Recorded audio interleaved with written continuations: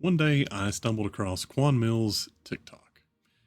Not really sure exactly how he ended up popping up in my feed. I think it was because at the time I was looking through stuff on Book Talk to find recommendations for books to read for the channel. And man, did I go down a rabbit hole. If you just pop his name into Google, your image results would look something like this. See such fantastic titles as Pregnant by My Granddaddy's Boyfriend, My Baby Daddy Stole My Tax Refund, Pastors Eat 2, or Pregnant by a Hood Alien. I got both my homeboys pregnant. Now, granted, a lot of these are joke titles that he has put up as fun, just messing around with AI. However, there is one that stood out to me that was very real.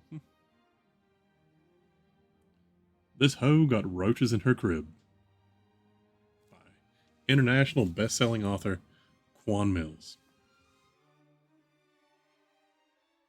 So, what was it that actually got me interested in the book? Number one, he has a really bombastic personality. So, watching his TikToks just seemed like it was probably going to be interesting no matter what it actually ended up being about. So, did I really pay any attention to what the blurb was? No. To be honest, straight up ordered the book without even reading what the summary was. I decided that, you know what? I needed to read something outside my wheelhouse because my wheelhouse is about 90% horror and fantasy mixed together. Okay, so title is obviously kind of incendiary. This hoe got roaches in her crib. That's not uncommon for Quan Millz. He's very good at coming up with catchy titles. As a matter of fact, I have went ahead and purchased another book of his to read. It's called My Baby Mama is a Loser, also autographed from TikTok Shop. Now, I would say the title of this is the equivalent of clickbait.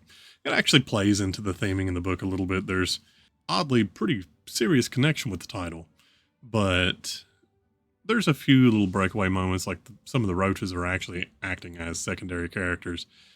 Very brief. There's sort of things to break up some of the built up tension because he's good at actually giving you a little bit of relief here and there after building things up for quite a while.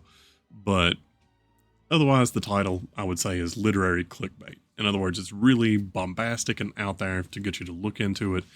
And then once you actually dig into the story, it pulls back the layers a little bit. And it turns out that very quickly you realize this is not just someone dicking around. It's not a joke. It's not parody.